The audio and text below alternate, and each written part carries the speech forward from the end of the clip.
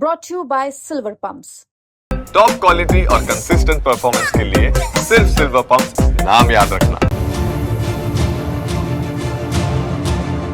UP का संभल एक बार फिर से खबरों में है। इस बार किसी पुलिस अफसर या मौलाना के बयान की वजह से नहीं। इस बार मस्जिद में तेज़ आवाज़ में लाउड स्पीकर पर अजान देने पर मस्जिद के इमाम पर FIR दर्ज हुई है।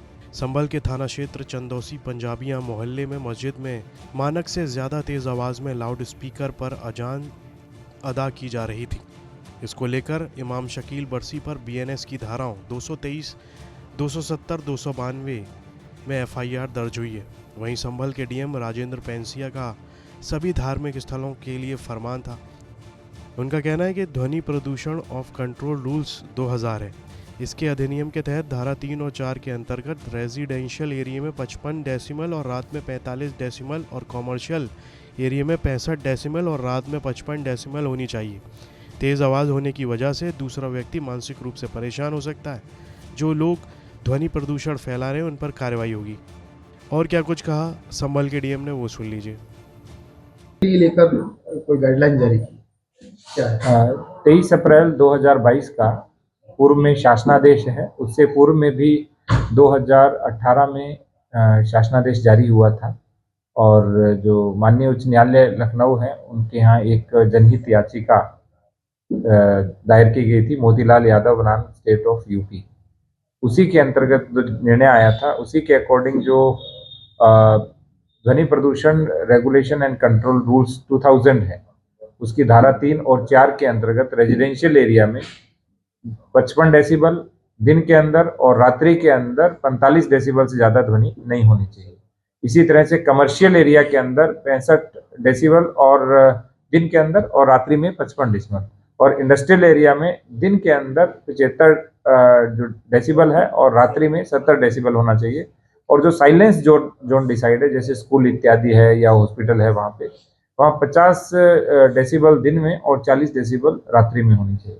जैसे देखा जा रहा है सर, रमजान आ रहे हैं, मस्जिदों पर लाउड स्पीकर लगे हुए हैं। चाहे कोई भी धर्म स्थल है, किसी पर भी जो लाउड स्पीकर की ध्वनि है वो 55 डेसिबल डे टाइम के अंदर यदि रेजिडेंशियल एरिया है तो उससे अधिक नहीं होनी चाहिए और रात्रि में 45 डेसिबल नहीं होनी चाहिए।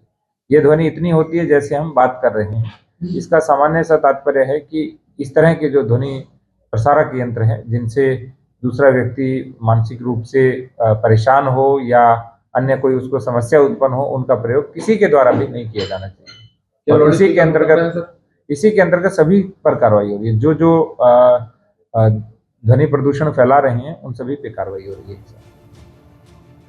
इससे पहले भी संभल सदर क्षेत्र के थाना हयात नगर में मस्जिद में लाउड स्पीकर की तेज आवाज पर नमाज अदा की जा रही थी, जिसको लेकर सराय तरीन जामा मस्जिद के इमाम के खिलाफ मुकदमा दर्ज किया गया था।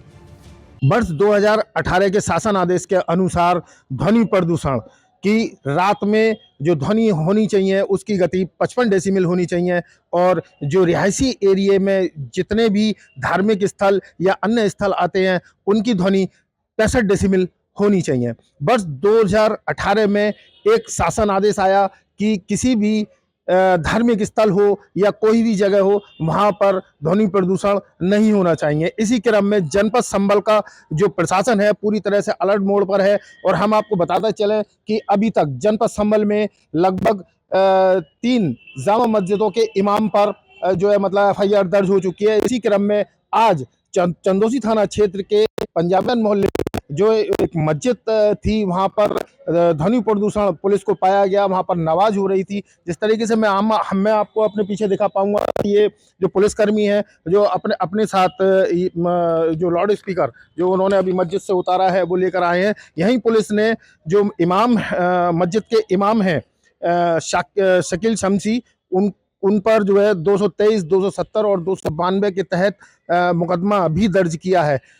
इसी क्रम में जो जिस तरह से देखा गया है कि अभी होली का त्योहार जो है मतलब नज़दीक आ रहा है और रमज़ान भी नज़दीक है, मगर DM राजेंद्र पेंसिया का लगातार यही कहना है कि जो ध्वनि प्रदूषण है वो किसी भी हालत में बख्शा नहीं जाएगा और जो ध्वनि प्रदूषण का नियम है, नियम बताते हुए उन्होंने बताया कि लगभग जो ध्वनि प्रदूषण है उसका जो ध्वनि होनी चाहिए वो लगभग 55 डेसिबल की होनी चाहिए। जनपद संभल से अनूप कुमार संभल से अनूप कुमार की रिपोर्ट यूपी तक।